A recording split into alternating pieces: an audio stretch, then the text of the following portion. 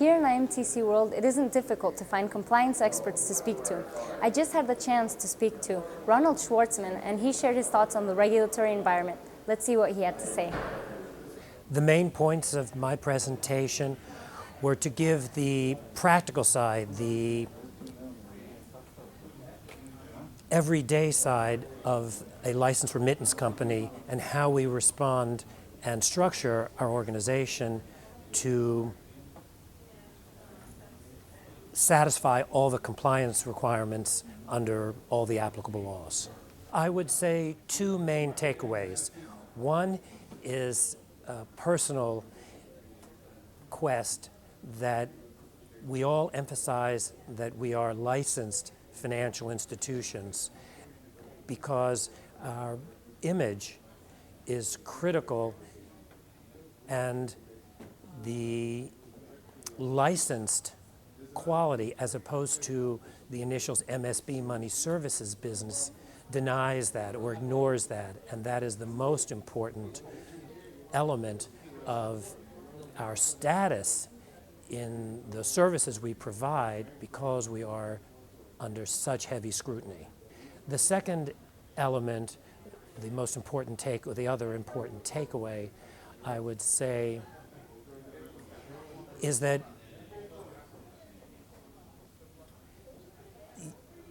a licensed remittance company concentrate on its risk assessment, that all the elements of the balance of the program, the transaction monitoring, the OFAC checks, the training, all are a consequence of the risk assessment, and that is the best way for a licensed remittance company to ensure it remains compliant and it follows through on the board's direction how the compliance department should function.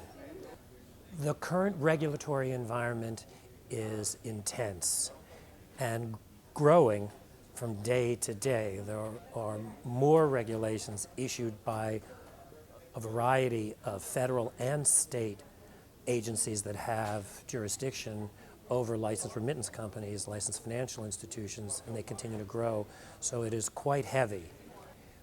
Some of those regulations are duplicative and I do not believe serve the industry or law enforcement in the best way possible, and we need to focus more on the key elements which relate more toward transaction monitoring and risk assessment rather than some of the smaller items which I think could distract from the more important. On the other hand, as a licensed entity, for now, you absolutely need to comply with all of the growing regulatory demands. We need to work, though, with the agencies and explain how those issues affect us, because if it ends up in less effective anti-money laundering practices, then that doesn't help either the industry or the government, and that's an ongoing discussion we have with our regulators. This being the first day of the IMTC conference, I thought the sessions for the training of compliance officers was excellent. I thoroughly enjoyed hearing from the audience as well as giving a chance to train more of the growing compliance officers, particularly those in new fields, strictly internet transactions and mobile, so they understand the breadth of what compliance is required under money transfer, which is broader than people expect. Thank you so much.